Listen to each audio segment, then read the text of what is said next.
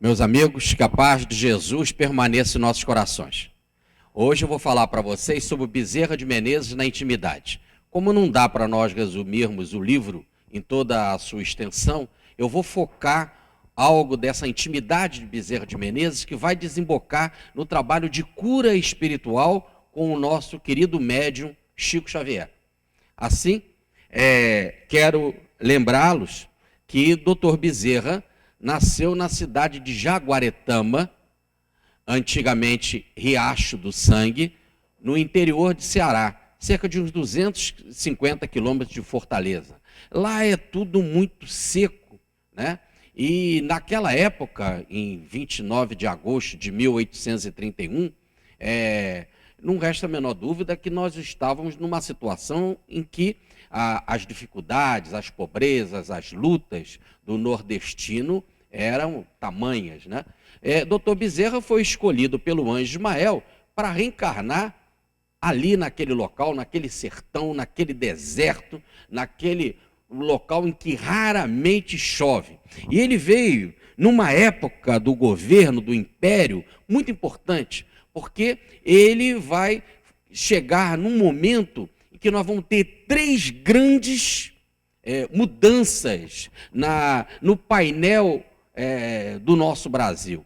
Primeiro, a abolição, em que ele vai atuar profundamente na abolição, escrevendo livros, atuando no Congresso, atuando na tribuna, escrevendo na imprensa. O doutor Bezerra, inclusive, vai construir um bairro todo abolicionista, que é o bairro de Vila Isabel.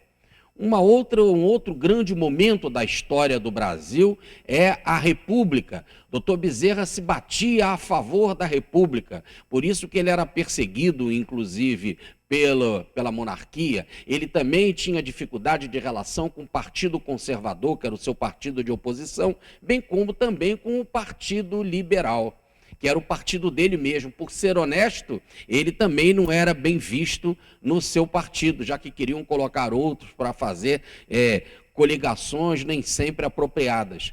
E com isso, Dr. Bezerra, ele lutava a favor da República, querendo a descentralização e apoiando o município, porque dizia que a eleição é tão importante quanto uma prece. O envolvimento nosso como cidadão é importantíssimo. Por quê? Porque perto na municipalidade é onde que nós vamos estar com o desenvolvimento da escola, do hospital, da rua, da segurança pública. E quando nós nos voltamos para uma centralização de governo, como a monarquia fazia, e podemos pensar até como a República costuma fazer, dando-se mais atenção para a eleição a nível federal do que a nível municipal, doutor Bezerra reclamava muito disso, querendo a descentralização do poder para que pudéssemos participar. Já que nós temos essa missão de sermos Brasil, coração do mundo, pátria do Evangelho, nós, como cidadãos, devemos não só escolher o nosso governo,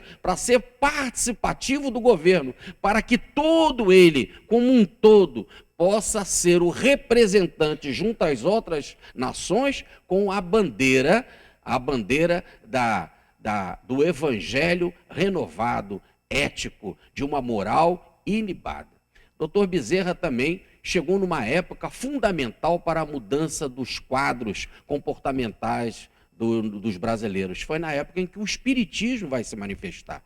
E aquilo era extremamente novo. Fazer um espiritismo evangélico, ou como diz o livro Brasil, Coração do Mundo, criar um núcleo novo e congregar pessoas para que o espiritismo, antes de tudo, fosse para Jesus, fosse a imagem de Jesus, como ele mesmo escreveu na imprensa. O espiritismo é a segunda edição, revista e ampliada dos próprios evangelhos, porque o espiritismo é a facsímile do evangelho. Ele veio nesta era com esta missão, para atuar diretamente na abolição, para atuar na república e para atuar na chegada do espiritismo evangélico em nossas terras. Evidentemente que a maior dificuldade que o Brasil tem, como todas as nações do mundo têm, todos os habitantes do planeta, é com relação àquilo que causa a maior dor e dificuldade para nós, que é a morte. O homem não consegue, diante da morte, sentir seguro. Não há nada que o oriente para que ele possa saber morrer e entender o processo da morte. Falta fé. E as pessoas entram em desespero. Como diz Emmanuel no livro Obreiros da Vida Eterna de André Luiz, ele fala no prefácio, continuamos a morrer como os antigos egípcios, romanos, gregos, porque nos falta o mais importante, que é a certeza da imortalidade da alma. E essa é a missão básica do Espiritismo. O Espiritismo não tem nada de mais importante a oferecer à humanidade do que essa certeza da imortalidade. E quando nós vamos à missão de Chico Xavier, ao chegar a essa missão, nós encontramos diretamente o cerne dela, a coluna na imortalidade da alma. Basta ver o primeiro livro de Chico Xavier, que é Parnaso de Além Túmulo, que vem com 59 poetas, apresentando as suas características, o seu jeito de falar, o seu ritmo, a sua métrica, mostrando que eram eles mesmos, que túmulo nenhum foi suficientemente grande e forte para prender nenhum poeta como prender nenhum de nós, que a vida é a mesma, cantando do lado de lá. Então, essa é a grande cura espiritual que o Dr. Bezerra se envolveu e que vai passar sucessivamente através dos grandes colaboradores que o Espiritismo tem para nos oferecer. De Bezerra, nós chegamos a Eurípides Barçanufo. De Eurípides, por sucessão, chegamos a Zilda Gama, a Ivone do Amaral Pereira, ao nosso Chico Xavier, aos lábios abençoados de Divaldo Pereira Franco, quando sempre a tônica é a mesma, inclusive sem esquecer o grande amigo Newton Boechat, é firmar diante de todos nós a certeza de que a vida continua e que nada pode deter o espírito que é imortal.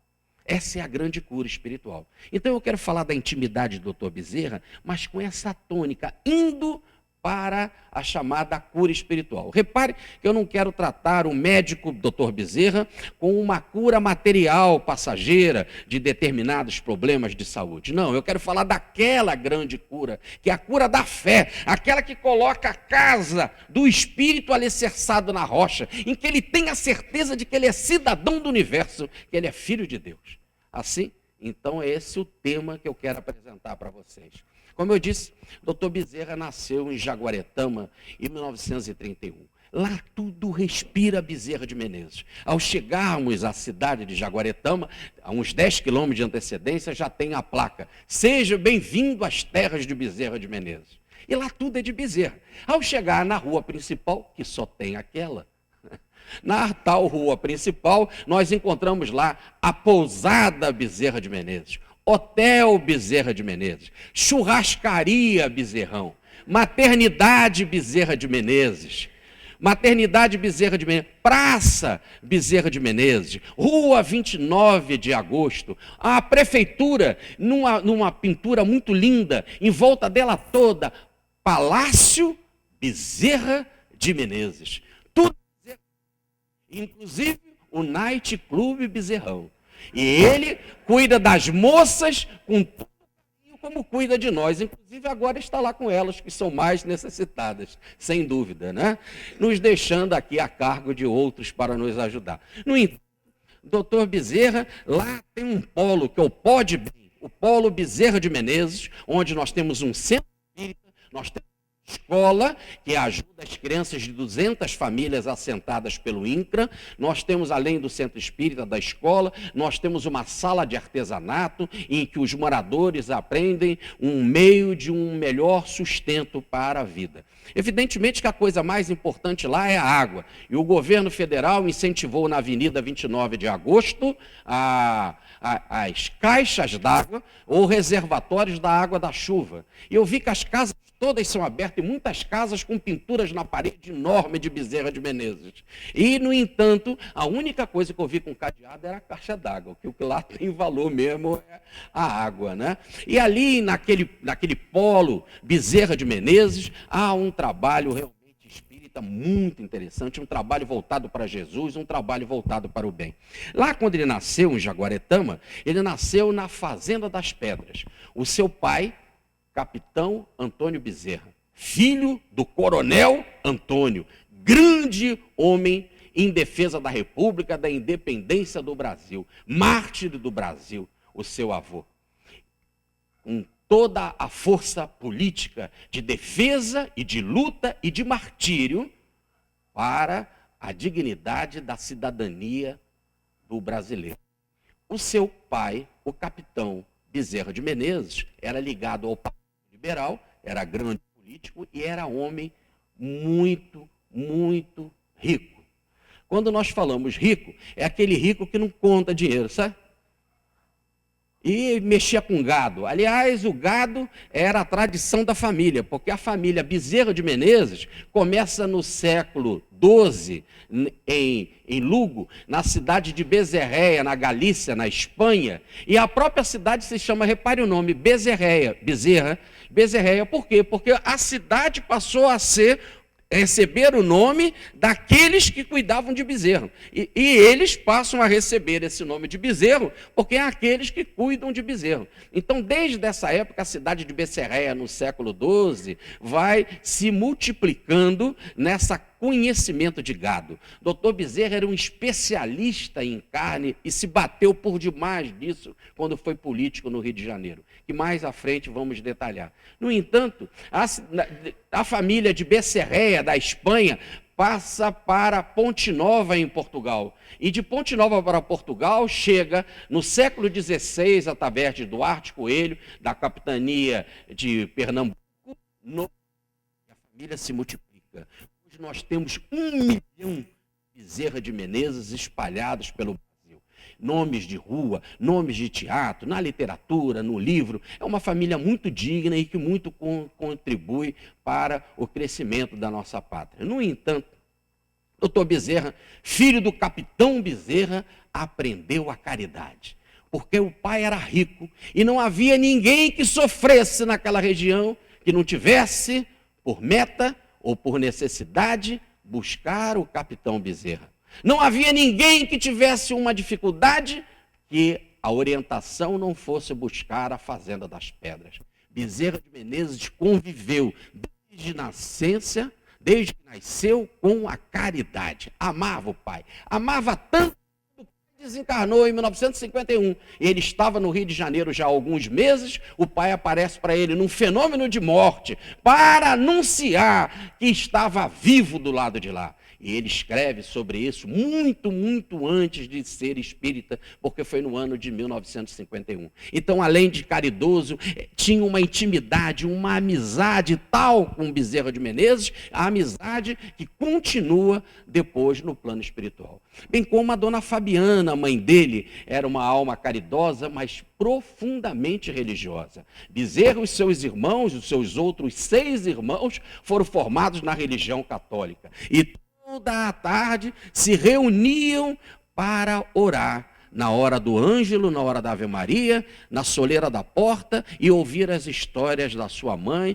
sobre as coisas das lendas dos espíritos, que vão depois, mais tarde, Bezerra de Menezes, interpretar à luz da doutrina espírita e publicar na revista O Reformador e em outros órgãos, aquelas histórias que a mãe contava no Nordeste. A mãe dizia que não havia nada mais digno em religião do que colocar a cabeça no travesseiro e dormir com a consciência tranquila. Que não havia romaria mais digna do que dormir com a consciência, com um dever cumprido. Isso ele aprendeu, e a mãe também ensinava, porque ensinava irmãozinhos, que devia de orar muito alto, e eles faziam assim toda a tarde, que quanto mais alto orava, para lá onde a voz chegava, era onde os espíritos do mal ficavam. E Dr. Bezerra, então, foi formado na oração, com a prece, com os folguedos a Santo Antônio, com as festas a São João Batista, as festas juninas. O seu pai participava dos folguedos, ele também participava da festa de Nossa Senhora da Conceição, já que a igrejinha do local onde que ele foi batizado, de Jaguaretama, é Nossa Senhora da Conceição. Aliás, Maria sempre persegue Bezerra de Menezes. Desde a época de Zaqueu, Matias, nos templos evangélicos, era Maria, a alma que Bezerra se identifica como filho e a chama de mãe. Ela está na cidade de Becerreia, como Santa Maria de Pena Maior. Na cidade de Ponte Nova, em Perra, em Portugal, é Santa Maria do Olival. Quando chega a família no Brasil, é Nossa Senhora da Aparecida, padroeira das nossas terras. Lá em Jaguaretama, é Nossa Senhora da Conceição. Lá em Fortaleza, para onde ele vai, é Nossa Senhora da Anunciação. É Maria para todo lado. Até quando ele chega no Grupo Ismael, bem mais tarde, o grupo espiritual da Federação Espírita Brasileira, que estava sob a proteção, ou está sob a proteção de Maria de Nazaré. Ali ele ouviu essas histórias e com 8 anos de idade entra para a escola pública. Se forma e começa as perseguições políticas que o seu pai vai passar. O seu pai passa por perseguições sérias, porque o vice-governador do Partido Liberal, lá do Ceará, foi morto. O governador era do Partido Conservador. O vice-governador era do Partido Liberal, que era da família de Bezerra de Menezes. E a baronesa Vitória, a esposa do governador, mandou matar, contratou 3 capangas e mandou matar o vice-presidente. A perseguição começa. E lá quando tem perseguição, a coisa pega, o bicho pega. E a situação é tal que começaram a perseguir os Menezes, já que o vice-governador era o senhor João Fagundes de Menezes. Então a família Menezes foi perseguida. E aqui só abrindo um parênteses. Depois, tudo esclarecido, os 3 que mataram o vice-governador foram devidamente presos e mandados para as galés. A baronesa foi condenada e chamou um advogado e apelou. Na segunda instância foi condenada. E ela ainda continua chamando outros advogados para defendê-la. E ela foi mais uma vez absolvida, ou melhor, condenada. Vai para uma terceira instância e ela então, na terceira instância, já tinha perdido 2, foi absolvido. Parece que naquela época não mudou muito para a época atual. Quem não tem dinheiro vai preso, né? Mas isso... Voltando, a família então do capitão Menezes, para ser protegida, precisava sair dali. Foi quando eles partem a 300 quilômetros de Jaguaretama, de Riacho do Sangue, e vão para o Rio Grande do Norte, na cidade dos Martins. Lá na cidade dos Martins, Bezerra já estava por volta dos seus 11 anos, ele vai estudar latim na escola da Latinidade, fundada por um jesuíta, que mais do que o latim, deu muita moral para Bezerra de Menezes. Doutor Bezerra achava o seu professor Francisco algo de uma dignidade imensa.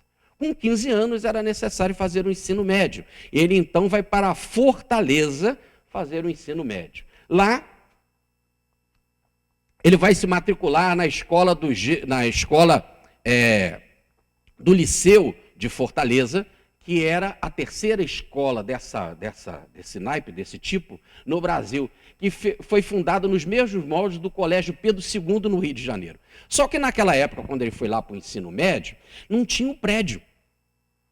Não tinha um prédio ainda. A escola só tinha estrutura, só tinha estatuto. Como é que se estudava? Se estudava na casa dos professores. E quando os professores precisavam se reunir? Reuniam-se na casa do diretor. Repare que desde aquela época os professores são mártires, mártires do ensino.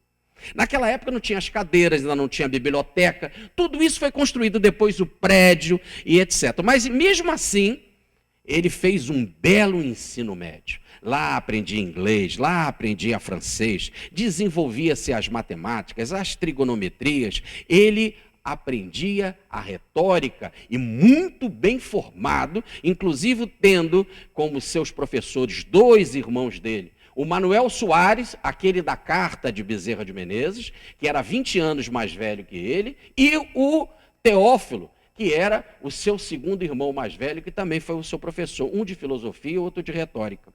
No entanto, doutor Bezerra, assim, muito bem formado, agora decide a sua carreira.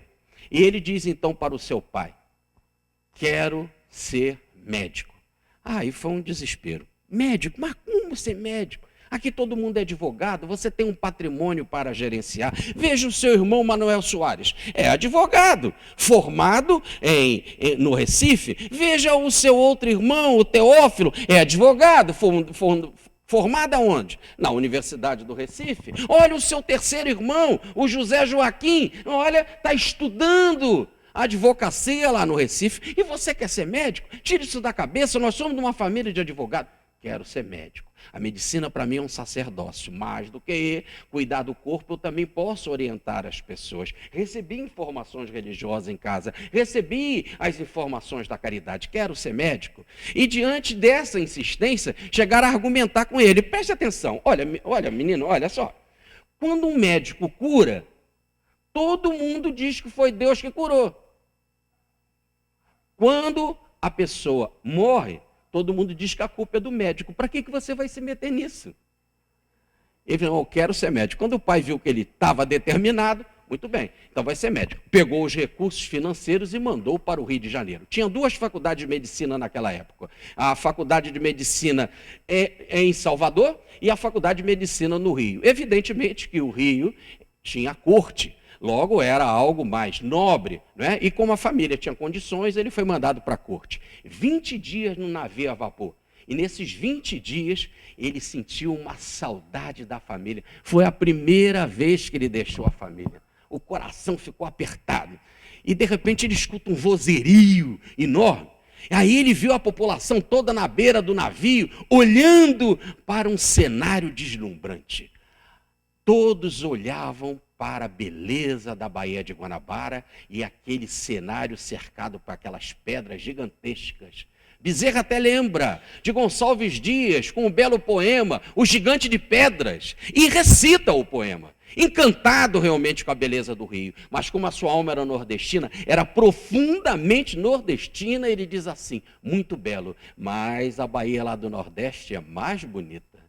Essa alma nordestina dele vai fazer com que ele mais tarde diga: carne de vento ou carne de sol. Muito melhor que filé mignon. Comida boa de dar água na boca é tatu na carcaça. O melhor é o mel do Nordeste. E o queijo que nós temos lá no Nordeste, o queijo coalho, nem Minas produz com tanta qualidade. Mas o Rio de Janeiro tem as suas qualidades, convenhamos. Aqui a laranja seleta é imbatível. Assim ele chega no Rio. Ao descer do navio, vai passar a noite num hotel na rua Mata Cavalos, hoje Rua do Riachuelo, na Lapa. E ali na rua Mata Cavalo, por que Mata Cavalo? Porque matava cavalo mesmo. A rua era tão esburacada, o cavalo tropeçava, feria e tinha de sacrificar o cavalo. E aí ele ali naquela rua Mata Cavalos, ele ficou encantado porque é cidade grande naquela época. Né? As carruagens passando, ele falou: eu vou ficar doido, vamos me atropelar aqui. Aí ele vai para o hotel, chega no hotel, passa a noite chorando em lágrimas, escrevendo para a família. No outro dia, bem cedo, a primeira coisa que faz é o correio. Vai ao correio, despacha as cartas, vai para a faculdade de medicina e se inscreve e ganha o seu cartão de inscrição. Ele chegou no Rio no dia 23 de fevereiro de 1851 e no dia 3 de março, apesar de ser uma segunda-feira de carnaval, as aulas de medicina começaram. E, no entanto, é bom que se diga, olhe na folhinha, segunda-feira de carnaval não é feriado, ela não está vermelhinha, né? Depois que virou bagunça, por isso que teve aula na segunda-feira. Dr. Bezerra, então, começa a estudar no universo do Rio de Janeiro e foi para ele uma eternidade. Ele achava os 6 anos de medicina algo imenso. Mas, no entanto, ele se dedica ao estudo. Vai morar numa casinha, ele nunca morou em república, como alguns biógrafos falam. Ele sempre gostou de ficar mais isolado, mais voltado para si mesmo, para as suas leituras. Na casinha tinha um empregado ou alguém que cuidava da alimentação. Ele não se preocupava com isso, cuidava do jardim da casa e do pomar. Ele adorava as frutas do Rio, frutas do Nordeste. Para a faculdade de manhã estudava e chegava à tarde, solteiro, no Rio de Janeiro, e com certo dinheiro, né, para se manter, ele então, a vida, né, da corte, né, do Rio de Janeiro. Aí vocês ficam pensando assim, o que um jovem solteiro, universitário, com certos recursos, faz no Rio de Janeiro? Ele, quando saía da faculdade, lá na Rua do Carmo, era onde que ficava a Biblioteca Nacional. Aquela biblioteca que Dom João VI trouxe. E ele ia para lá estudar duas coisas, que era o seu hobby, que para ele era uma distração. O que ele mais gostava era de estudar a matemática e o direito. A sua distração no Rio de Janeiro era estudar matemática e direito. Podemos dizer hoje que era um nerd. No entanto, ao fazer o estudo, voltava para casa, chegava em casa, comia, descansava, e aí começava a estudar a medicina. E estudava até de madrugada. E anotem, isso é importantíssimo e documentado. Nunca, nos 6 anos da sua carreira médica, nunca deixou de tirar a nota máxima. E depois de formado, em 1956, com uma tese sobre o cancro, ele já se mantinha não só com recursos que vinha da família, através do tutor, que o seu pai já tinha desencarnado, mas ele também dava aulas particulares, entre elas de matemática, porque gostava, e já era também, fazia especialização, ou melhor, fazia estágio na Santa Casa de Misericórdia sobre medicina. Quando ele se forma, então, a sua tese é sobre o cancro, ou melhor, sobre o câncer. Em 1957, 1 ano depois, ele também se apresenta com uma tese, agora prática, operatória, sobre o câncer. E que ele recomenda a cirurgia, e o único método de cura naquela época era a cirurgia, que até o 2º estágio havia possibilidade de cura. É assim que ele defende, e entrou para a Academia de Medicina, onde ele vai ser o redator da revista da Academia de Medicina. Ao mesmo tempo, passa a ser redator da primeira revista de Física Química no país. A primeira pessoa a divulgar a Física Química no país foi Bezerra de Menezes, através do próprio editorial da revista de Física e Química. Ao mesmo tempo, também ele se alista no Partido Liberal. Se alista no Partido Liberal porque era a tradição da família, o envolvimento político. Apesar de ter jurado a si mesmo que não queria ser político, não queria se envolver com a política, mas queria, sim, ter participação política, porque é um dever do cidadão cuidar da grandeza do Estado em que vive, da sua pátria. Por isso que ele se inscreve no Partido Liberal. Ao mesmo tempo, era necessário começar a ganhar dinheiro. Só que ele não era conhecido. Aí ele vai ter uma estratégia muito interessante. Ele vai criar 2 consultórios. Mas se ele não era conhecido, como é que vai fazer logo 2 consultórios? É que um no bairro pobre, outro no bairro rico. No bairro pobre, a consulta vai ser de graça. No bairro rico, não. Mas a consulta de graça no bairro pobre era assim. As pessoas chegavam, vamos lá naquele médico, naquele que não cobra. Logo ele já, em 1858, ser conhecido como o médico dos pobres. Médico dos pobres, muito antes de ser espírita. A fama, a popularidade dele é enorme. Evidentemente que lá no consultório, no bairro rico, vão começar a cair alguns peixinhos por causa da fama dele. Mas aqueles peixinhos que caem lá, também ele gasta os recursos para ajudar no bairro pobre o pessoal a comprar remédio. E ele também tinha a seguinte estratégia: pobre não paga. E rico ele dizia assim, paga quanto você quer. E quando a gente fala para essa gente, pague quanto você quer, vocês sabem que eles pagam muito pouco, né? Doutor Bezerra, então, chega ao auge da popularidade.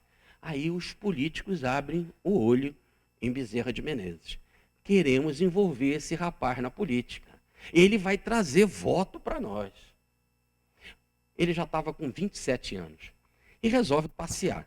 Pega o barquinho na Candelária e vai para a praia em São Cristóvão. O bairro de São Cristóvão, onde ficava a corte, era a praia. E a igrejinha de São Cristóvão, você chegava nessa igrejinha de barquinho. Era algo muito bucólico, muito íntimo, muito charmoso. Atrás da igrejinha de São Cristóvão tem a rua chamada Rua da Prainha, onde os barquinhos paravam. Iam lá ouvir as prédicas do grande padre Escobar, grande amigo Bezerra de Menezes, e depois envolvido com a política também. Mas ali, então, na igrejinha de São Cristóvão, dada a sua intimidade, era antes que Dom Pedro I e a Marquesa de Santos gostavam de frequentar, porque era um local mais discreto, entenderam? Mas isso também é fofoca, né? Mas também ali frequentava Dom Pedro II, que levou uma Nossa Senhora do Rosário para lá, sempre Nossa Senhora do Rosário. E era ali que Dr. Bezerra frequentou. É ali que ele vai casar, é ali que todos os seus filhos vão ser batizados. E ele teve de casar lá, e os seus filhos foram batizados, porque não havia separação da igreja do Estado. E o único documento que servia era o dado pela a igreja. Só depois, com a República, é que vai haver essa separação. E aí nós já estamos em 1889. Mas Dr. Bezerra então resolve passear na corte. A corte era muito charmosa. Dali de São Cristóvão, Pedro II vai dirigir o país por 50 anos. E ele então com seus 27 anos vai passear ali na beira da praia, ver as mocinhas irem para a missa, né? E as mocinhas saírem da missa, até que ele vê a sua Mariquinhas. Ficou doidinho com a Mariquinha. Se apresentou. Era filha de fazendeiros, lá de Campos, ligado à cana-do-açúcar. E ele teve uma excelente relação com os pais da Mariquinha. Aliás, muito amigos, vão ser espíritas, companheiros de Bezerra de Menezes, inclusive depois da médiuns, inclusive depois da desencarnação, vão dar comunicação e vão continuar ligados a Bezerra de Menezes. Aliás, ele dizia que também se escolhe a mulher pelos pais. É inteligente. E ele então começa a namorar a Mariquinhas. Ele tinha 27 anos, a Mariquinha 14. Era assim naquela época. Aliás, desde a época de José e Maria. Mocinha, chegou na puberdade, casa. Aliás, a regra era assim. Mocinha, chegou na puberdade, sendo bonitinha, casa. Mocinha, chegou na puberdade, sendo feinha, tendo dinheiro, casa. Só a outra, feinha, não tendo dinheiro, essa tinha de aguardar, né, a vida, os movimentos aí do destino, né? E doutor Bezerra, então, começa a namorar a sua Mariquinha, e teve um dia que foi mão para cá, mão para lá, aquela coisa, se encostaram, a cabeça dele inclinou, a cabeça dela inclinou também, e eles deram uma bitoca. E na hora que ele deu um beijinho nela, ele disse que ele ficou rubro, que ele tremeu, ela também, que quase que os seios dela saíram do vestido de cambraia, e ele diz assim: passamos dos limites, convém casar. E ele então casa com a Mariquinhas e vai ter 2 filhos, o Adolfo e o Antônio. O Adolfo vai desencarnar cedo. Primeiro, o menino se chamava Adolfo, em homenagem a ele, né? Ao pai. Era muito comum isso, o primeiro filho ser o nome do pai. O segundo é o Antônio, em homenagem a quem? O coronel Antônio, seu avô, em homenagem ao seu pai, o capitão Antônio, e em homenagem ao Santo Antônio. Aliás, doutor Bezerra era muito ligado a Santo Antônio, vi disso na mediunidade de Chico Xavier, inclusive genealogicamente é até ligado à própria linhagem genética de Santo Antônio de Pada, mas isso é uma outra história também. No entanto, o nome do menino é Antônio. Doutor Bezerra vai ter um envolvimento muito grande com esse rapaz, porque ele vai estudar medicina. Que bacana, né? O seu filho estudar medicina. Menino inteligente, vivo, esperto, mas com 23 anos vai passar por um processo obsessivo gravíssimo. Os médicos vão logo dizer, os principais médicos consultados por Bezerra de Menezes, loucura. No entanto, a insistência dos médicos era para internação. E o doutor Bezerra pensava, internação é pior que a morte. Mas alguém dizia para ele, observe o seu filho. Ele tem momento de lucidez. Se ele tem momento de lucidez, não afetou assim o órgão. Logo, tem hora que ele fica louco, tem hora que ele não fica, como é que pode? Não é um problema no órgão? Será que não é um problema de espiritismo? Ele que já andava e já tinha lido o Livro dos Espíritos, ele que já escrevia algo para o Reformador desde fevereiro de 83, em 84 ele entra para as consultas pela primeira vez espírita. Pela primeira vez ele vai participar de reunião de desobsessão. E o espírito vai dizer de forma clara, persigo ele sim, porque ele é culpado. Olha o que ele fez comigo. Me botou tanto eu como a minha família na masmorra. Você também é culpado. E eu não te pego porque você é mais forte que ele. Então eu vingo pegando o teu filho. E aí começa o processo de tratamento. E o menino fica curado. E o Antônio passa a ser espírita, mas o doutor Bezerra vai escrever um livro sobre isso. Mais uma vez, a experiência espírita vai levá-lo a escrever um livro, um clássico da literatura espírita, Loucura sob o Novo Prisma, em que ele vai se basear nesse caso do seu filho. Mas lá ele vai pontuar, dizendo que obsessão tem que tratar rápida, porque obsessão demorada também causa problema no cérebro, e causando problema no cérebro, ou melhor, causando desmotivação, depressão, fraqueza orgânica, pode inclusive levar a problemas sérios. E foi isso que aconteceu. Apesar do menino ter sido curado da obsessão, de o espírito ter perdoado, enfraquecido organicamente, quando pegou uma febre, desencarna com 25 anos. Mas a experiência ficou. Por causa do Antônio, doutor Bezerra escreve o clássico científico Loucura sob o Novo Prisma. Chegamos ao ano de 63, e no ano de 63, a sua Mariquinhas, que estava tão bem, ele a amava tanto, era o centro da sua vida, em 20 horas, pega uma doença e desencarna. Foi a maior dor na vida de doutor Bezerra de Menezes. E a Mariquinha tinha influência sobre ele.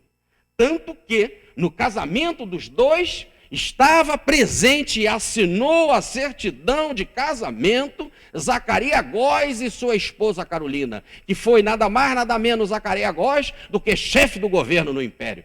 E ali os políticos estavam presentes, porque queriam conquistar o jovem famoso, o médico dos pobres, aquele que já estava começando a causar um grande arrastamento da população simples, humilde do Rio de Janeiro, pelos benefícios da medicina. E aí, certa vez, bateram na porta dele, lá na corte em São Cristóvão. Venha para a política, ele não. Venha para a política, ele não. E aí falaram com a mulher e ela disse, por que você vai para a política? Porque eu prometi a mim mesmo que não vou para a política. Ela, você vai? Sim, eu vou.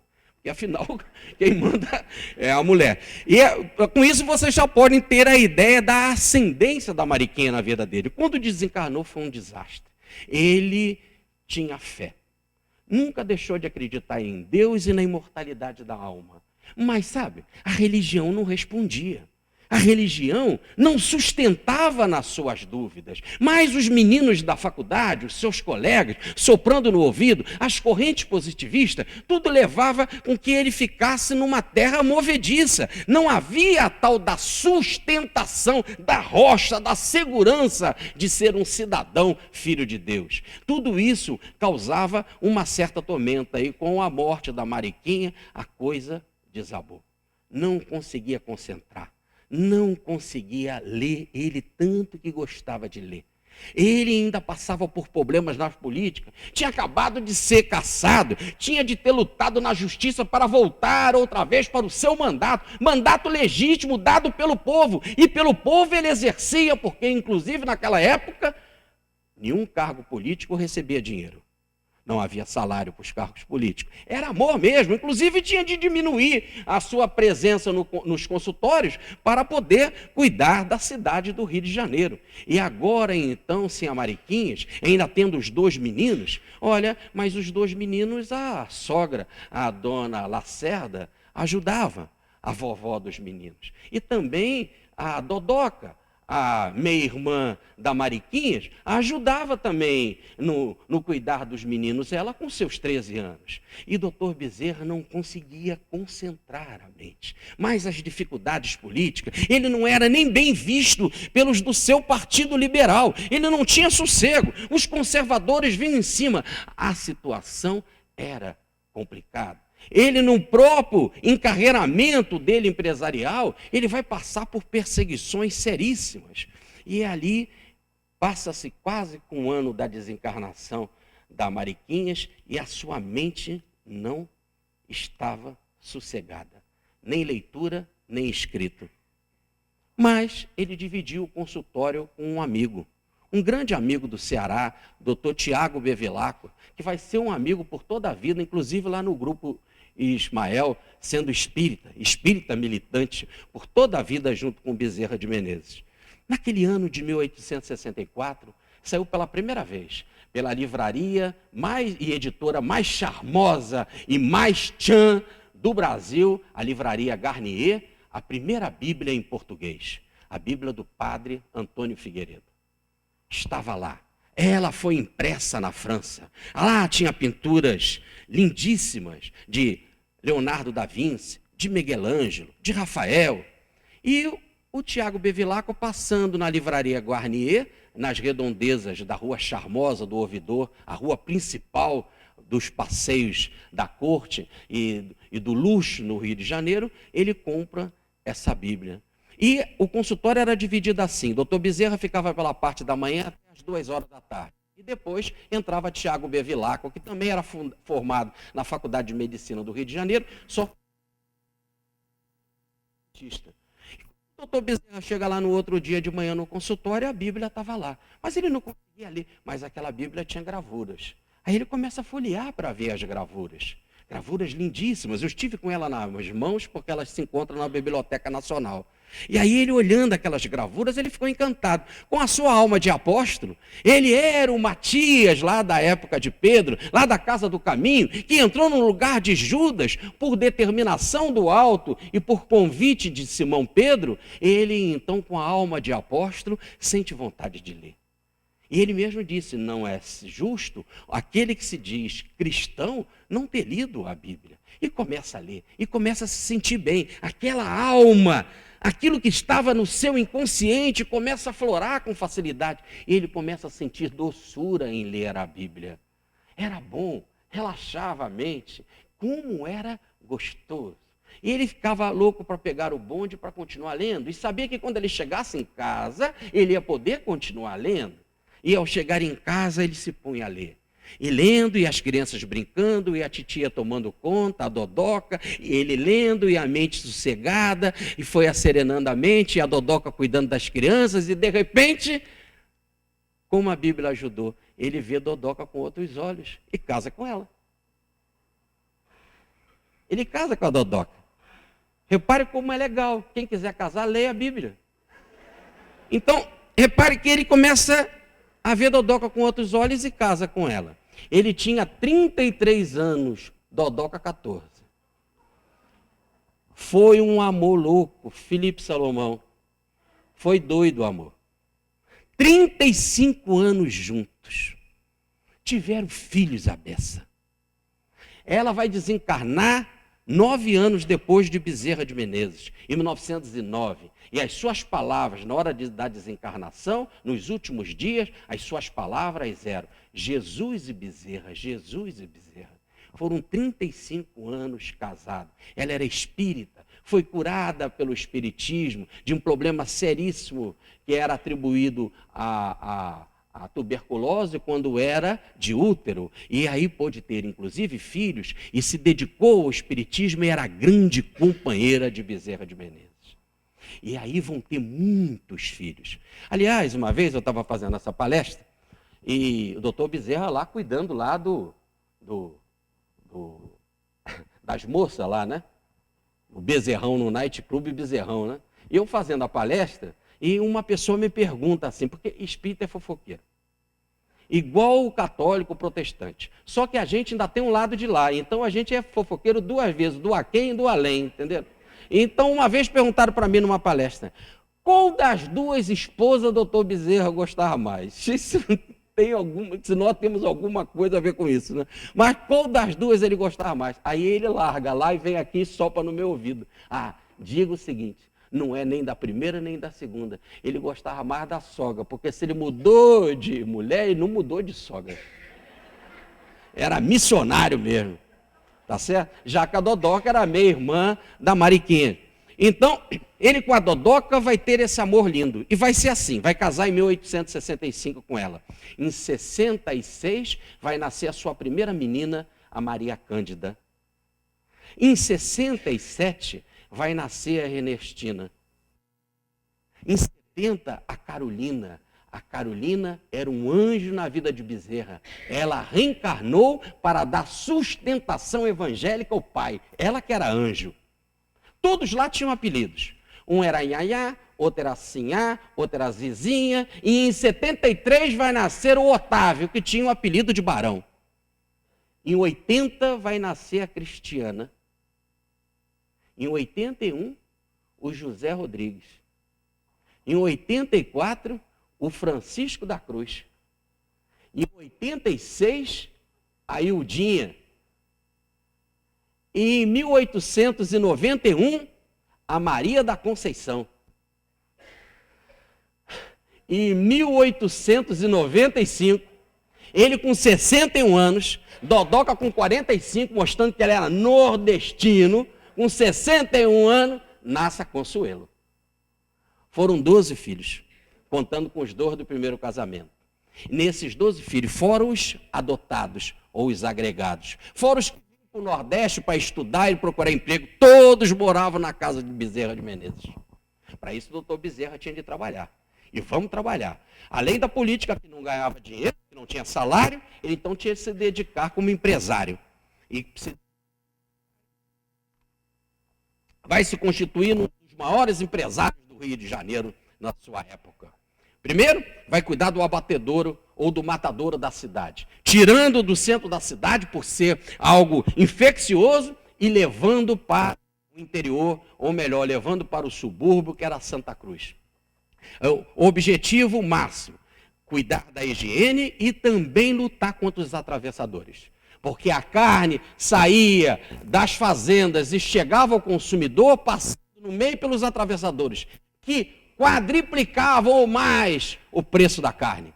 Então ele evidentemente que não deu certo, que até hoje eles estão aí. E por causa disso, o doutor Bezerra de Menezes foi cassado 2 vezes, mas por 2 vezes ele voltou pela justiça. Era a luta em glória, mas determinado. Por 25 anos ele estudou a carne e lutou por ela, por saber dos seus benefícios para a população em termos da importância da proteína. No entanto, também vai se dedicar à construção de estrada de ferro. Vai administrar o Porto de Macaé, porque ganhou a concessão por 50 anos, e o porto era o 5º mais importante do país. E a estrada de ferro que ligava Macaé Campos. Mas, no entanto, o governo não vai incentivar a cidade de Macaé e a cidade de Campos, que vão perder a sua força. Macaé vai voltar a ser forte agora na década de 60 do século XX, com a descoberta do petróleo e com os incentivos da Petrobras. Não investindo em Macaé, como é que ele vai ter uma linha de transporte e administrar o porto se mercadoria não ia para lá? Podemos dizer assim, que o império e o governo conservador quebrou Bezerra de Menezes. Mas ele também vai cuidar da linha de ferro Santo Antônio de Pádua. Ele vai ter um meio de transporte mais famoso e o maior do Rio de Janeiro, que era o Carril São Cristóvão, que transportava a população pelos trilhos, o bonde pelos trilhos, puxado por animais. Chegou a ter 2.000 animais, 600 empregados e 150 bondes. Mais do que isso, doutor Bezerra também vai se dedicar à Companhia de Seguro contra Incêndio, ou a Real Companhia de Seguro Incêndio contra Fogo. Essa companhia chegou a ter 5.900 associados. E é interessante, porque o lema da companhia é o seguinte: queimou, pagou. Agora, se vocês olharem no meu livro, o 13º Apóstolo, vocês vão ver lá que Zaqueu Matias desencarnou pelo fogo. Vocês vão ver que Quinto Celso desencarnou pelo fogo. Vocês vão ver que irmão Parmênio desencarnou pelo fogo. Vocês vão ver que Carlos de Bittencourt de La Chapelle, o médico do Reno, na época da noite de São Bartolomeu, também todas as suas terras serão destruídas e ele também pelo fogo. Logo, escolado assim, através dos tempos, vai logo ter uma companhia de contra fogo, né, de seguro. Queimou, pagou, porque eu já estou bastante experiente com relação a isso. Outra empresa que ele vai cuidar é a Construção Nacional. fazer casa para a população pobre, em que podia se pagar de 8 a 15 anos em concessão dada pela República, pelo primeiro presidente Marechal Deodoro da Fonseca. Outra, tirar o sal do mar, por concessão dada pela Marinha, com tecnologia criada por ele e pelo seu sócio, para, numa sociedade anônima, tirar vantagem de algo extremamente importante e fácil, como ele dizia, que era tirar o sal da água do mar. Mais do que isso, vai ser também diretor da Companhia Arquitetônica do Rio de Janeiro. Essa companhia vai ser importantíssima. Ele vai contratar nada mais, nada menos do que o engenheiro Bittencourt da Silva, que era o nome mais importante da engenharia do Império, para criar o bairro novo de Vila Isabel. As terras foram compradas pelo Barão de Drummond. E Dr. Bezerra entrou no empreendimento para, pela primeira vez no Brasil, construir um bairro aos moldes de Paris. Um bairro moderno, arejado, mas que era um bairro que materializaria a abolição, a libertação dos escravos. Por isso que o bairro se chamava Vila Isabel, porque a princesa Isabel tinha compromisso com a libertação. Já em 1868, ela fez uma promessa como católica a Nossa Senhora da Aparecida, que se ela conseguisse realizar a libertação dos escravos, ela daria uma coroa cravejada de rubis e diamantes para a padroeira do Brasil e o manto azul da nossa protetora. Promessa que foi cumprida 20 anos depois, em 1888, depois que ela assinou a Lei Áurea no dia 13 de maio, no dia 8 de novembro, meses depois, ela vai à Aparecida do Norte e cumpre a promessa, porque era dever como cristã cuidar, antes de tudo, da inclusão e dizer de forma firme que nunca mais, mas nunca mais nessa terra, alguém não terá o nome de brasileiro. Com essa visão, Bezerra de Menezes e o Barão de Drummond colocam o nome do bairro de Vila Isabel. Tudo inspirava a libertação dos escravos. As 13 ruas transversais eram de nome de abolicionistas. Inclusive, uma das ruas se chamava Bezerra de Menezes. A rua principal, aos moldes de Paris, a Boulevard 28 de Setembro, tinha esse nome 28 de Setembro, porque em 1871 foi assinado pelo Barão do Rio Branco, por iniciativa da princesa Isabel, a Lei do Ventre Livre. Por isso, Avenida ou Boulevard 28 de Setembro. O Boulevard 28 de Setembro desembocava na Praça 7. Na Praça 7, onde tinha um comércio, em que as pessoas iam passear pelos bondinhos, passar nesse boulevard, porque era a primeira avenida com um jardim no meio, e conforme que os bondinhos passavam, você ia lá para o final, lá para a Praça 7 para fazer as compras. E por que Praça 7? Porque o nome do gabinete do Barão do Rio Branco, que assinou a Lei do Ventre Livre, era 7 de março. E hoje se chama essa praça, Praça Barão de Drummond, em homenagem a esse grande companheiro de Bezerra de Menezes, médium, e que frequentava as reuniões mediúnicas de Bezerra de Menezes. Ali, Bezerra de Menezes e Barão de Drummond vão fazer grandes empreendimentos. Barão de Drummond vai ter ali o autódromo, em que a população com dinheiro ia lá para ver as corridas de cavalo. Ali ele vai montar o jardim zoológico, e com o jardim zoológico virar o jogo do bicho, criado pelo próprio Barão. E naquela época não tinha a malícia que tem hoje lá, o negócio do jogo do bicho. Ele simplesmente, para manter os bichinhos, ele era muito amigo do Dom Pedro II, ele recebeu essa autorização. E era assim que funcionava, ele botava numa caixa, na caixa tinha o nome do bicho, só ele sabia. Dos 25 bichos, qual era o bicho que ia dar, e ficava lá na caixa. E as pessoas começavam a jogar, começavam a apostar. E aí, quando chegava a tarde, ele abria a caixa, caiu o papelzinho e estava o nome do bicho. Só que as pessoas começaram a andar atrás dele. E ficavam, ele andando a cavalo ali pelo bairro de Vila Isabel. Qual é o bicho? Dá um palpite, dá uma dica. Não é para dizer o nome do bichinho, é uma dica. E certa vez ele resolveu dar uma dica e a coisa começou como que está aí, hoje em dia. Ele deu a dica, ele fez, esse bicho tem a ver com mulher. Aí os homens pensaram, foram lá, pegaram o seu dinheiro e cravaram na vaca. Na hora que abriu a caixinha, deu cobra. E aí começa essa coisa toda aí do jogo do bicho. O bairro cresceu, mas antes de tudo, e é até hoje, esse bairro que guarda a tradição abolicionista da boa música, como Noel Rosa, porque as suas calçadas são com notas musicais. E conforme que a gente vai passando pela Boulevard 28 de Setembro, nós vamos ouvindo ou lendo as partituras de Noel Rosa, com seus grandes clássicos. É um bairro charmosíssimo.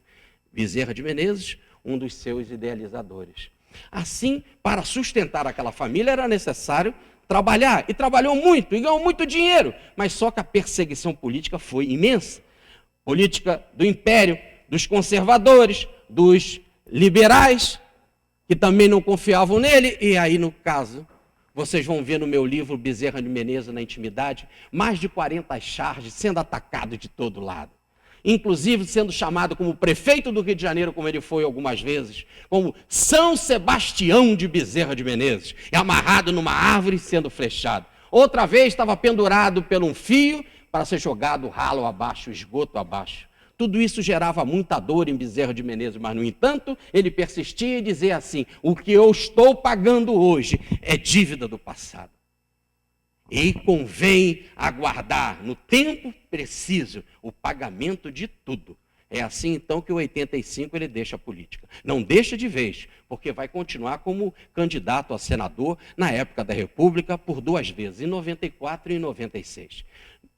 Volto, então, a dizer, a família estava sustentada pelos trabalhos de Bezerra de Menezes. Só que, a partir de 85, ele deixa todas essas empresas, 85, 86, e vai se dedicar apenas ao consultório. Vai colocar o consultório quase do lado da sua casa, e aí as filas vão ser enormes. E aí é a vida que a gente já conhece bem já de Bezerra de Menezes. Mas em 1880, ele tinha uma doença gravíssima, que era dispepsia. Tudo que ele colocava no estômago, colocava para fora. Por 5 anos procurou os melhores médicos, seus colegas, nada resolvido. Mas, de repente, algo vai surgir inusitado. O seu grande companheiro na política, que foi 2 vezes vereador com ele, 1 vez deputado, Francisco Menezes Dias da Cruz, não é esse Dias da Cruz, é o pai dele. É o pai dele. O outro também, o Júnior, será muito amigo de Bezerra e presidente da Federação Espírita Brasileira, aliás, presidente de honra dado por Bezerra de Menezes, da Federação, mas eu estou falando do pai, era médico, caridoso, professor da Faculdade de Medicina, e desencarna em 1878 com o maior velório que já teve no Rio de Janeiro, saudado também como médico dos pobres. Em 80, por incrível que pareça, aquele grande médico tão querido vai começar a se manifestar mediunicamente pelo homem chamado João Gonçalves de Nascimento, que era funcionário da alfândega. Aquele homem simples, que não entendia nada, começa a dar receitas homeopáticas. E vem diagnóstico preciso. E o doutor Bezerra manda lá o seu sobrinho, Maia Lacerda, engenheiro, que mais tarde será vice-presidente da FEB, para levar apenas o nome Adolfo, e mais nada. Vem o diagnóstico perfeito. Tudo aquilo que ele sentia. E os remédios para tomar. Em 3 meses já se sentia curado. E em menos de 1 ano já estava devidamente curado. A mesma coisa foi com a Dodoca, que estava sendo tratada já de tuberculose, e já sem esperança, veio o receituário, e no receituário o diagnóstico não é tuberculose, é útero. E cuidando do útero tudo vai dar certo. E assim aconteceu. E quantos filhos ela teve? Ela, como vocês sabem, e logo Dodoca entra para o espiritismo, ele também se envolve, começam a se dedicar à doutrina. Bezerra imediatamente, ao se apresentar no Salão da Guarda Velha para um público de 2.000 pessoas em 1886, mais precisamente no dia 17 de agosto de 1886, aí vocês poderiam dizer assim, mas as biografias não falam 16 de agosto. Realmente a palestra estava marcada para o dia 16. Mas no dia 16 nasceu a Ildinha. E antigamente as crianças nasciam em casa. E ele, o bom pai e médico, estava cuidando da Ildinha. Por isso que a palestra foi no dia 17 e o jornal anuncia no dia 18. Cerca de 2.000 pessoas assistindo Bezerra de Menezes. E ele faz essa declaração em público, que movimentou a cidade, movimentou o meio religioso, o meio médico e científico, e também o meio político e empresarial. Sou espírita, e se tenho a formação católica dada pelos meus pais, que não respondia aos meus interesses, às minhas dúvidas, agora com o espiritismo tudo está devidamente esclarecido. E digo mais, venho aqui em público anunciar Jesus, que a doutrina espírita é Jesus, na certeza de que, se eu não anunciar Jesus, ele não me anunciará perante o Pai. Assim, ele começa um ano depois, em 1887, a sua série de artigos na imprensa. Inicialmente por 7 anos no país, depois no Jornal do Brasil, depois na Gazeta de Notícia. De 1887 a 1897, por 10 anos, ele vai escrever na imprensa. São 480 artigos ou um pouco mais, todos em imensa firmeza, toda imensa dignidade. Inclusive, em certos momentos, ele dizia assim: hoje vai ter uma palestra pública com Marx ou Bezerra de Menezes, aceita a polêmica. E assim, com essa determinação, por 10 anos, inicialmente no jornal mais lido da América Latina, que era o jornal O País, ele começa a se apresentar. Vai se envolver cada vez mais com o espiritismo e vai assumir em 1889 a presidência da Federação Espírita Brasileira. E como primeiro presidente, na sua primeira presidência, ele vai instituir o estudo do livro dos Espíritos. Toda terça-feira, estudo do livro dos Espíritos, como existe até hoje. O estudo sequencial do livro dos Espíritos. Ao mesmo tempo, seus filhos vão começar a desencarnar. E o doutor Bezerra vai mostrar uma dignidade impressionante. Vamos para um caso da Maria Cândida. A Maria Cândida desencarna e a história foi a seguinte: o seu cunhado estava numa reunião mediúnica no centro da cidade do Rio de Janeiro. E recebe uma comunicação da sua mãezinha, da vovozinha da Maria Cândida, da sogra de Bezerra de Menezes, dizendo: ore pela Maria Cândida, ela acabou de desencarnar. Eles panham essa comunicação, pegam o trem, o bonde puxado a cavalo, que levava 1 hora para chegar à casa de Bezerra de Menezes, para chegar lá no Alto da Tijuca. E chegando na Estrada Velha da Tijuca, pergunto para ele, diz o tio da menina: o que aconteceu com a Maria Cândida? Desencarnou. Olha aqui a mensagem da vovó dela. Ali era a certeza, não dava tempo, naquela época não tinha celular, não tinha nada, né, que pudesse criar essa comunicação. Ali era a certeza que a espiritualidade estava orando, estava vibrando com a Maria Cândida. Doutor Bezerra pega esse papel, vai para o Jornal Reformador, escreve uma matéria, telegrafia espírita, e diz para a população, através do artigo: por que não buscam? Está aí a prova, o espiritismo traz a prova de que a vida continua. E se nós temos essa certeza, por que não buscam? Chega o ano de 1892, e agora o anjo, a sua Iaiá, a sua Carolina vai desencarnar. E antes ela ficou algum período em coma. Primeiro se manifesta um espírito amigo, depois se manifesta a dona Fabiana, a mãezinha de Bezerra de Menezes, a vovozinha da Carolina, e depois vai se manifestar Dom Romualdo Seixas, ex-arcebispo da Bahia, que também vai estar na festa de recepção quando Bezerra de Menezes desencarnou. Ele tinha essas comunicações. Depois a menina desencarna, e quando a menina desencarna, ela dá uma comunicação. Também o anjo da guarda dela também dá. Tudo muito documentado, tudo muito bem provado, através do médium Frederico Pereira da Silva Júnior, que o doutor Bezerra dizia que era o maior médium da revelação espírita no mundo em todos os tempos. Isso, evidentemente, naquela época. E ele apanha essas comunicações, vai para o jornal O País, e numa firmeza extraordinária, pela primeira vez na história dessa terra, ele vai para o jornal O País, publica essas mensagens todas e diz para a população leiga: por que não buscam? O espiritismo dá consolo, o espiritismo dá a certeza de que a vida continua, o espiritismo mostra que realmente túmulo não pode prender o espírito que é imortal. Por que não buscam? Com este compromisso na alma, ele vai ser, podemos dizer, o responsável pela orientação mediúnica nesta faixa de interpretação na mediunidade do Chico Xavier. Aguarde. Quando chega no ano de 97, a sua Consuelo desencarna. Aquela que nasceu em 1895, a sua Consuelo, com 2 anos e 10 meses, desencarna de angina. E dá uma comunicação. Era um espírito amadurecido. Ela mesmo conta que jamais voltaria às praias planetárias, porque não precisava. Já tinha vencido, já pelas suas doenças, pela sua dedicação e pelo seu amor a Jesus, a fase de evolução no planeta Terra. Bezerra pega essa comunicação e publica também. Vamos dar um pulo. Vamos para 1927. Começa a missão de Chico Xavier. Precisamente da seguinte forma. Quando o doutor Bezerra desencarna, um dos companheiros do Grupo Ismael será Pedro Richard, que assinava com o nome de discípulo de Marx. Pedro Richard dirigia as reuniões do Grupo Ismael depois de Bezerra de Menezes. E lá, nessas reuniões, frequentava o Juca Andrade. Juca Andrade era seguidor da linha febiana, da linha evangélica implantada por Bezerra de Menezes. No entanto, Juca Andrade sai de lá e vai para Sete Lagoas, em Minas Gerais, bem pertinho de Pedro Leopoldo, e funda o Centro Bittencourt Sampaio. E quando ele funda o Centro Bittencourt Sampaio, ali pertinho de Chico Xavier, né, ele vai imprimir ali aquilo que ele aprendeu na linha de Bezerra de Menezes. Mais que isso, passado cerca de 10 anos, a dona Carme Perácio vai sofrer loucura ou obsessão. E o Juca Andrade é que vai tratar da dona Carme Perácio.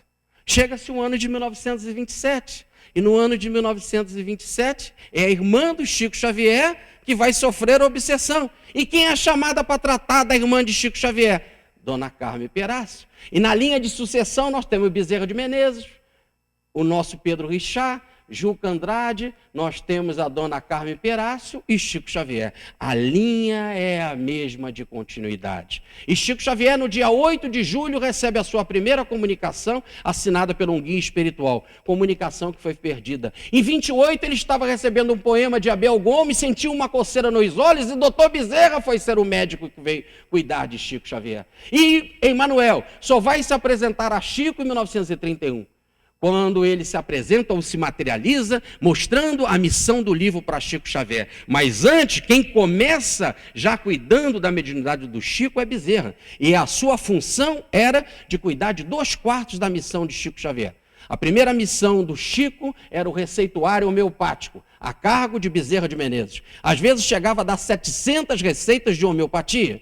Depois, cuidar da comunicação dos chamados jovens do além. Mães fracas, mães sofridas, pais atormentados, avózinhas desesperadas que iam procurar o Chico porque o seu querido filhinho desencarnou. E estavam em desespero porque não tinham sustentação da fé. É doutor Bezerra que cuidava desta parte da mediunidade do Chico, inclusive fazendo a escala dos espíritos que iam se comunicar. Depois nós tínhamos uma outra tarefa, que é cuidar do processo da caridade, de visitar os doentes, os necessitados, os pobres, tarefa atribuída a Francisco de Assis. E por último, a quarta parte, que é a tarefa do livro, a mais conhecida do Chico, com mais de 460 livros hoje atribuídos a Chico Xavier. Assim, nessa estrutura de Chico Xavier, doutor Bezerra vai participar com 2/4. E para terminar a palestra, eu queria concluir com vocês como isso funcionava. Lembrando rapidamente, às sextas-feiras começava o receituário do Chico Xavier. As pessoas colocavam só o nome na caixinha e o doutor Bezerra dava orientações. Olha, o seu filho está aqui, olha, você vai se sentir melhor, aguarde, mantenha a fé, vamos orar. E lá na salinha, o Chico ficava por 2 a 3 horas recebendo esse receituário homeopático. Ao mesmo tempo, oradores ficavam pregando o evangelho, o mesmo tema. E por enquanto que um ia pregando e outro ia pregando, o Chico saía do receituário mediúnico e começava a receber as comunicações dos chamados jovens do além. Eram 6 a 7 comunicações. E dessas 6 a 7, escala montada por Bezerra de Menezes, levava mais umas 2 horas. Depois o Chico lia aquelas comunicações. E as mãezinhas começavam a identificar os seus filhos. É o meu filho, é ele que volta. Olha, é o nome do papagaio, é o nome do cachorro, é o nome do avô, do bisavô, da rua, do endereço. E isso dava sustentação para aquela família. As outras que estavam em desespero começavam a sentir fortaleza pela outra que recebia a comunicação e a mensagem ali no evangelho. O Chico fazia mais e dizia para aquela que recebia a comunicação: filhinho, você tem alguma coisa para fazer amanhã? Fica aqui para o sábado. E a pessoa ficava. E no sábado ela era envolvida no trabalho da caridade. Porque no sábado se visitava os doentes. No sábado se visitava os atormentados. No sábado se visitava os pobres. E Chico dizia, inspirado quase sempre pelos filhinhos que ditaram as comunicações: Olha, esse é o trabalho da caridade. Mamãe, lá na sua terra no Rio de Janeiro, mamãe, lá em Goiás, mamãe, lá no Sul, mamãe, lá em São Paulo, lá em Franca, como foi o caso aqui de Franca, lá também precisa disso. Receituário homeopático, precisa da comunicação mediúnica, precisa do estudo do Evangelho, precisa da água fluidificada. Mamãe, funde lá um núcleo de bênçãos. E o Chico Xavier multiplicou o centro espírita pelo mundo afora, pelo Brasil adentro. São centenas e centenas de centros que vieram com essa inspiração. E as águas fluidificadas eram centenas de garrafas toda transparente, lotada de água para serem fluidificadas. E certa vez perguntaram para o Chico: Chico, mas é muita garrafa de água para ser fluidificada. Ele: meu filho, a água é uma bênção, ela tem a capacidade de reter a eletricidade e o magnetismo com muita facilidade, é uma bênção de remédio. Mas Chico, por que tem que ser transparente? Ele disse assim: doutor Bezerra está aqui e manda dizer que pode ser de qualquer cor, mas que é bom que seja transparente, que se caiu uma mosca a gente vê. Então fica assim a regra: para receituário homeopático, água fluidificada, comunicações mediúnicas, estudo do Evangelho, trabalho de caridade e as leituras do livro que o Emmanuel dirigia. Esse era o pacote de cura espiritual que aquelas famílias recebiam. Mas o jovem que dava comunicação, ele dava comunicação pela seguinte forma: ao desencarnar já era atendido por Bezerra ou por sua equipe. Depois que se recuperava emocionalmente, era levado para a escola mediúnica no além, dirigida por Bezerra de Menezes. Ia estudar a teoria da mediunidade e a prática. Voltava com os outros meninos mais experientes que já davam comunicação para assistir a comunicação através do Chico. Com isso eles iam se fortalecendo. E aquele que ditava a comunicação, que era mais experiente, passava a ser monitor do outro. E tinha uma outra técnica, a chamada dos Sérgio Champelins do além.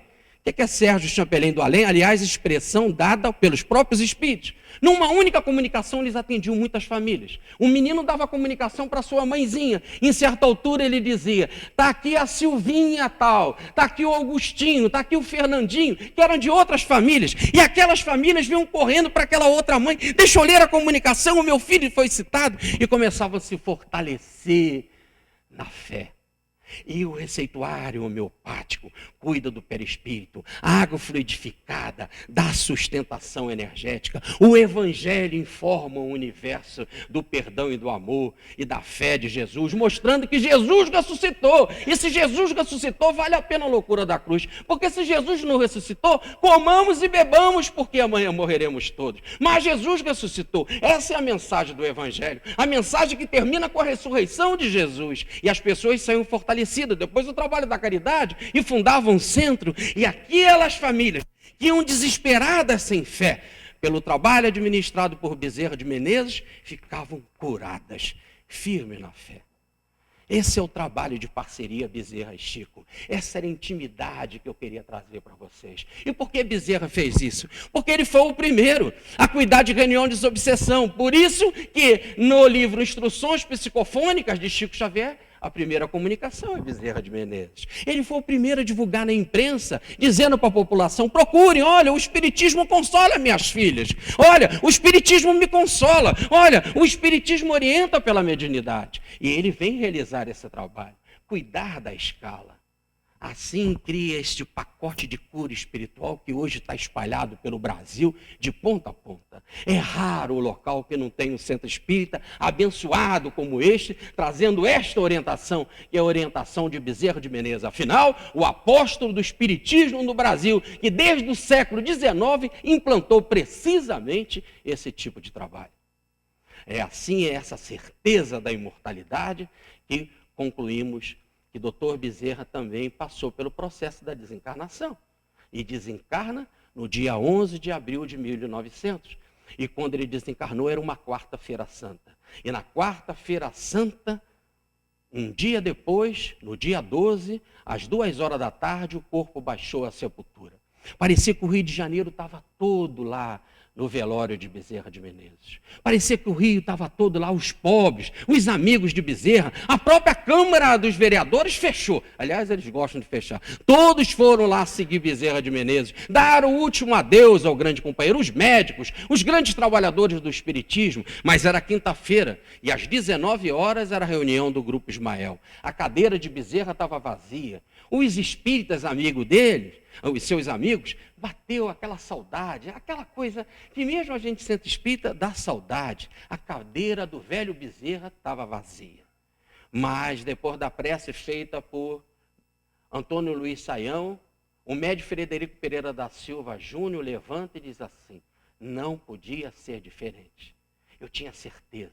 Eis que Bezerra recepcionado pela Virgem, e em festa é tratado no plano espiritual. Ele é trazido pelos braços de Celina, a mensageira da Virgem para a terra, para as terras do Brasil. É o mesmo, para todos um olhar de carinho, um olhar de bênção, beijo para outro, flores de anjos cercam Bezerra de Menezes. E aqui entre nós há a presença dos apóstolos, a presença da Madalena, a presença de Romualdo e Bittencourt Sampaio, que em plano mais afastado cuidam de espíritos sofredores.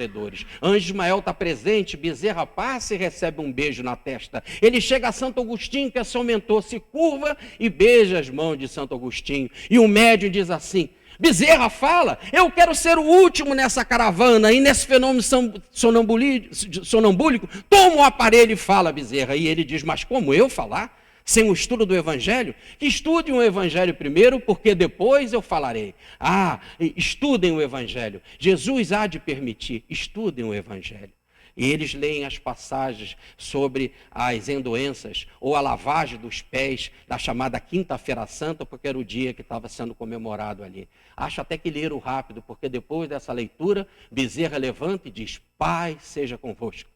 Primeiro, ele se dirige a Maria: ó mãe abençoada, ó mãe querida, só um coração generoso como teu, mãe, poderia fazer festa para me receber, como se eu, discípulo do seu filho, fosse. Ó Maria, tudo o que eu fiz de certo eu devo a ti, mas os erros cabe ao velho Bezerra resgatar. Agora uma palavra para você, Saião. Saí das suas responsabilidades, saí do seu trabalho, disciplina, Saião. Estudo do Evangelho, Saião.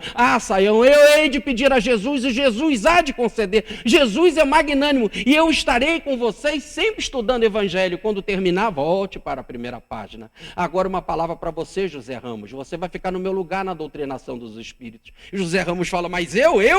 Sim, você, José Ramos. Pense, você tem o Bittencourt Sampaio, agora você me tem e todos nós temos Jesus. Vamos em frente, José Ramos. Mas, mais que isso, agora uma palavra para o médium Frederico Pereira da Silva Júnior, que estava recebendo ele. Frederico, uma palavra para você. Que é surpresa, Frederico. Olha que eu estava aqui e desencarnei. Que é surpresa, Frederico. Por que você falta às reuniões?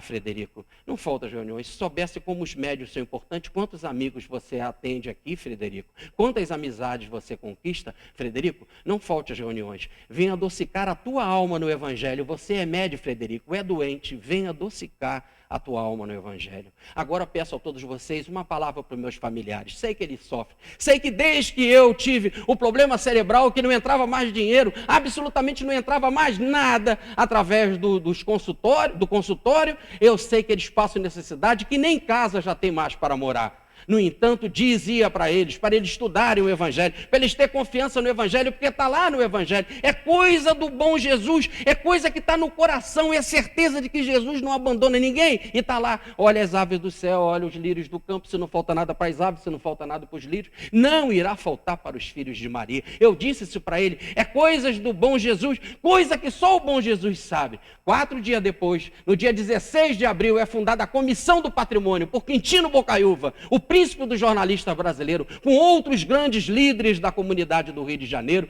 para cuidar do patrimônio da família, e não faltou nada, absolutamente nada. Inclusive a família ganhou uma casa na rua Valdetaro, no número 27, no bairro de Sampaio. Não faltou nada, é coisa do bom Jesus, é coisa que só o coração sabe, a certeza de que não falta nada para os filhos de Maria.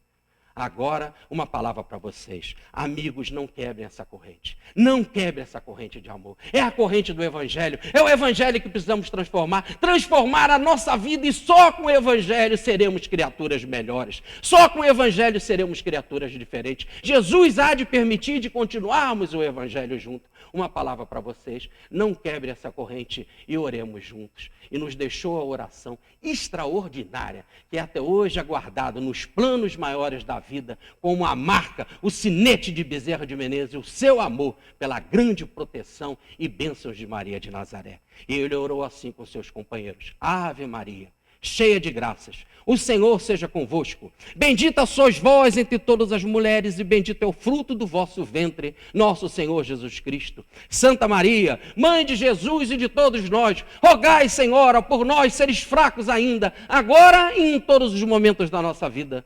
Pois sabemos que contigo, Maria, abrigados no teu manto de luz, como pássaros que se acolhem em ninho confortante, e estaremos mais perto de Jesus, que é o nosso alvo, o nosso mestre, a estrela polar, que todos nós alcançaremos um dia, através do esforço que empreendemos na nossa escada de ascensão evolutiva.